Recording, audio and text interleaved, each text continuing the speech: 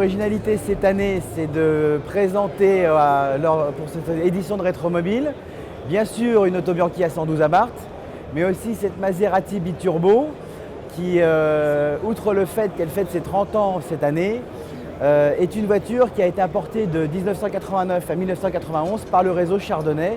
Et donc via l'amicale Chardonnay que nous avons créée maintenant depuis 2008, il nous a semblé opportun de présenter cette voiture au public, voilà, qui est méconnue, qui a une réputation sulfureuse pour le moins, mais qui néanmoins, d'après ses vrais amateurs et connaisseurs, est une voiture attachante et qui sait se rendre agréable et plaisante à conduire. La voiture a cette réputation de voiture sulfureuse parce que c'est une des premières voitures dotées de deux turbos Yachi, que certainement les gens qui achetaient ces autos-là ne raisonnaient pas du tout dans l'esprit de voiture de collection, une voiture d'usage, donc étaient peut-être moins sensibles au fait qu'il fallait les faire chauffer haut, donc les appréhender de façon plus directe, franche dès le départ, ce qui n'est certainement pas adapté pour un véhicule doté de deux turbos et surtout à une époque où on ne maîtrisait pas comme aujourd'hui la technique du turbo. Bon, même si on la maîtrisait bien, mais peut-être pas aussi bien qu'on ne le fait aujourd'hui. Donc effectivement, c'est un élément qui a contribué à sa mauvaise image. Pour les premières versions, les réglages de carburateur étaient compliqués. Et puis certainement aussi l'image du V6 Maserati qu'on en a connu dans les SM en France, hein, avec la Citroën, et qui, non pas du reste par le bloc, mais par tout ce qui était autour, avait une réputation de grande fragilité et donc obligeait ses propriétaires à aller souvent voir leur concessionnaire. Et c'est certainement ce qui a joué aussi des tours au départ à cette voiture et qui aujourd'hui encore lui pèse, ce qui fait qu'aujourd'hui elle a une cote quand même qui est très basse pour une auto quand même issue d'une marque prestigieuse. Alors c'est certainement pas la plus belle des Maserati, son style peut être controversé, très typé de son époque, néanmoins ça reste quand même une Maserati, en tant que telle elle pourrait avoir droit à une image plus valorisée. La Maserati Biturbo est sortie en 1980, de la volonté de M. De Tomaso, qui donc en 1976 avait repris la marque qui avait été laissée par Citroën en 1975.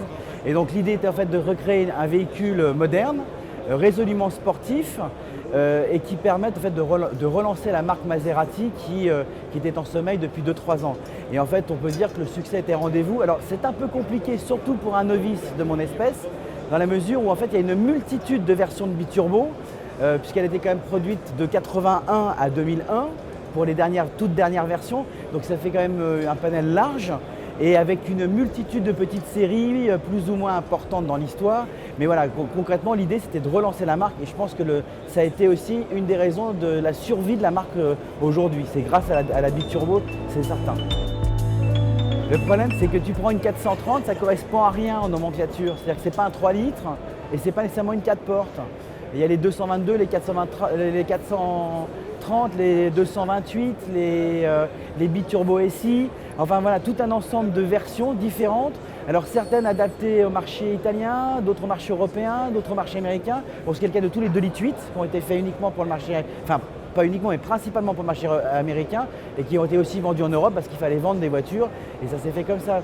Mais c'est vrai que c'est compliqué de découvrir réellement l'histoire des Biturbo dans la mesure où il y a eu tellement de petites versions, même des séries spéciales, donc il y a eu une Black Edition. Donc en fait finalement ce qui est à la mode aujourd'hui existait déjà il y a une bonne vingtaine d'années. Voilà, donc plein de choses qui font que c'est compliqué, même pour les vrais spécialistes, de déterminer toutes les versions qu'il y a pu avoir, que ce soit au niveau des motorisations, des boîtes, il y a des tas de différences à ce niveau-là. La seule chose claire, c'est qu'il y a les Maserati Biturbo avec des roues à 4 trous ou 5 trous. Et ça change, paraît-il, énormément, en ce sens qu'il y a la direction assistée qui est arrivée, un certain nombre d'équipements qui sont supplémentaires qui sont venus à ce moment-là. Et puis aussi les versions carburateur ou injection. Et là, il est clair qu'à partir du moment où l'injection est arrivée, la fiabilité aussi est arrivée. On considère qu'à partir de 87, elles deviennent fiables. Voilà, il y a les modèles avant 87 qui sont beaucoup plus capricieux.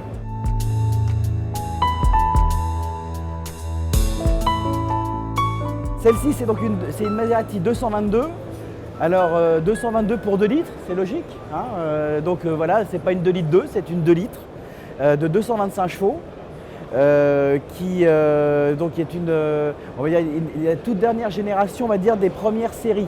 C'est-à-dire qu'on reconnaît avec les pare-chocs typés, on va dire, années 80, À partir du millésime 90, on trouve une voiture beaucoup plus, on va dire modernisée. La ligne est la même, mais on a des améliorations au niveau des boucliers, des finitions intérieures. Voilà, donc ça c'est une auto qui est une des toutes dernières, des premières séries, même si elle est déjà fiabilisée avec l'injection. Donc elle a une injection électronique. 225 chevaux et c'est évidemment une propulsion, je pense que c'est utile de le préciser, 4 freins à disque, il n'y a pas de direction assistée, donc je ferai la découverte après Rétromobile de la conduite de la bête, parce que pour le moment je ne la connais pas plus que ça. Concrètement, cette voiture est un pur achat passion. Ça me taraudait un petit peu, hein, parce que c'est une auto attachante, elle est typique de son époque.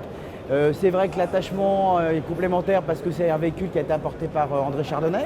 Et donc c'est un pur achat passion. Rétromobile se présentait.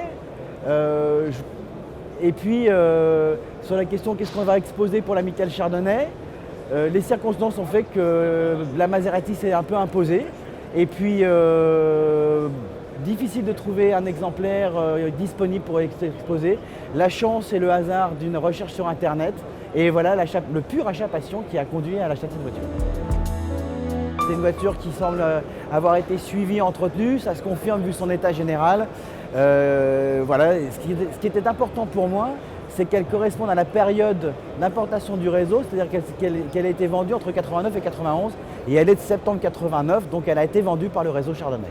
C'est une voiture qui a été vendue en Bretagne, en septembre 89. Et elle est restée en fait dans le Grand Ouest jusqu'à maintenant, puisque je l'ai achetée moi à une personne qui vivait, pour faire simple, entre Alençon et Laval. Donc c'est une voiture qui a toujours été dans le Grand Ouest, qui maintenant va devenir parisienne, un peu par la force des choses. Mais donc c'est une voiture qui avait été vendue par le réseau Chardonnay en Bretagne, à Fouesnant, si je ne dis pas de bêtises.